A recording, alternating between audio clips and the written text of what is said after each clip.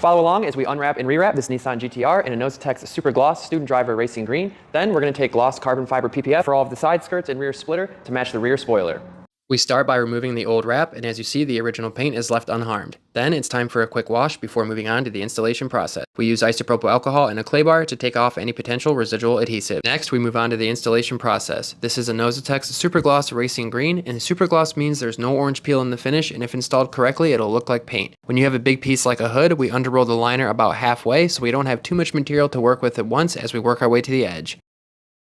Meanwhile, our mechanic Josh removes key components like door handles and mirror caps in order for us to achieve more of a seamless wrap. Owen's utilizing a U-shaped squeegee pattern in order to minimize stretch at the end and also reduce adhesive lines.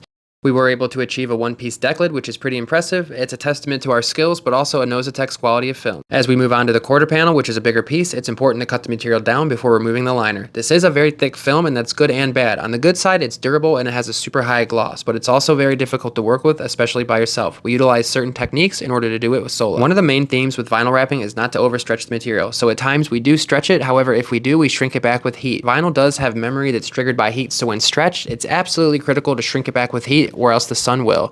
Then it's time to tuck the material under the rubber seals, and then tuck and cut other edges like bumpers and fenders, and bumpers and quarter panel. The U-shaped squeegee pattern being used on the roof yet again.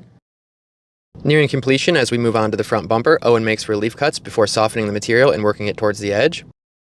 Then we move on to the rear bumper, squeegeeing the main area down before making relief cuts. As you see, underneath relief cuts, there are inlays on some panels, such as this. This eliminates the need to overstretch. Josh begins reassembly. He starts by putting the mirror caps back on. We did the stems off the car, and we'll do the caps on the car. Moving on to the carbon fiber accents, you can see this is ultra realistic carbon fiber PPF. It is a gloss finish, and it does go on wet. We're going to put the carbon fiber on all of the side skirts and all of the accent pieces around the entire car, and it's all to match the spoiler, which is carbon fiber already. A quick wash before the final delivery, and here we have a Nissan GTR 34, fully wrapped in a Nosatex Super Gloss Racing Green with gloss carbon fiber PPF everywhere from the lower front bumper, the front grille, the hood scoops, the side skirts, the B-pillars, as well as the rear skirts as well. We also did the rear diffuser, and this was all to match the spoiler he had put on that's carbon fiber already. The final results look great with the bronze wheels and the matching calipers. Let us know what you think in the comments, and don't forget to follow. Thanks for watching.